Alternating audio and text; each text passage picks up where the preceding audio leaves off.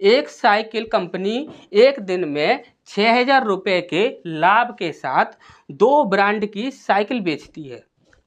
यदि एक ब्रांड की साइकिल से कुल लाभ का, ध्यान से समझ लीजिए यहाँ पर क्या बोला है, कुल लाभ का 45% है, तब दूसरी ब्रांड की साइकिल से विक्रय से प्राप्त लाभ की धनराशि क्या होगी। यहाँ पर क्या पूछा गया, लाभ की धनराशि पूछी गई है। ठीक, यहाँ पर विक्रय मूल्य क्रय मूल्य नहीं पूछा गया है। यहाँ पर क्या पूछा गया कि जैसे प्रॉफिट कितना हो गया, इसे प्रॉफिट कितने रुपए का हुआ है, ये हमसे यहाँ पर पूछा गया है।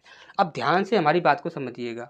जब कभी बोल दिया जाए कि 2 चीज़ें आपको ले ली जाएं, 2 चीज़ें ले ली गई हैं और 2 चीज़ों में से उसने बोल दिया कि एक चीज़ को बेचने पर कुल लाभ का इतना प्रतिशत हमें लाभ हुआ है, तो दूसरी वस्तु को बचा हुआ जो भी लाभ है वह कितना होगा, दूसरी वस्तु से कितना हमें लाभ हुआ, यानी कि उसका परसेंट हमेशा कितना होगा। तो देखिए हमेशा ही आपको वहाँ पर क्या करना है कि आपको जो भी पहले का परसेंट दिया गया है, पहले का जो भी परसेंट दिया गया है उसे आप 100 में से माइनस कर दो। किस में से माइनस कर दो, 100 में से माइनस कर दो। कितना आया आपका 55%। 55% बना, और 55% का मतलब कितना होता है, आप बोलोगे सर 11/20, ये होता है 55% का मतलब। अब हमने बोला 55% का मतलब कितना है, 11/20। यदि हमसे सीपी पूछा जाता यानी क्रय मूल्य पूछा जाता तो हम 20 से डिवाइड करके देख लेते। यदि हमसे एसपी पूछा जाता तो 20 में हम 11 जोड़ देते, 31 से डिवाइड करके देख लेते।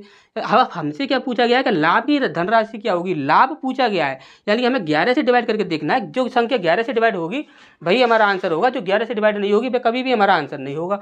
हमने बोला क्या 35 11 के पाड़े में आता है, नहीं आता, ये हमारा आंसर नहीं होगा। क्या 33 11 के पाड़े में आता है, 33 आता है, तो ये हमारा आंसर हो जाएगा। हमने बोला क्या 30 11 के पाड़े में आएगा, नहीं आएगा, तो ये हमारा आंसर नहीं होगा। 5 कभी भी 11 के पाड़े में, 50 11 के पाड़े में नहीं आएगा, तो ये भी हमारा कभी भी आंसर नहीं होगा।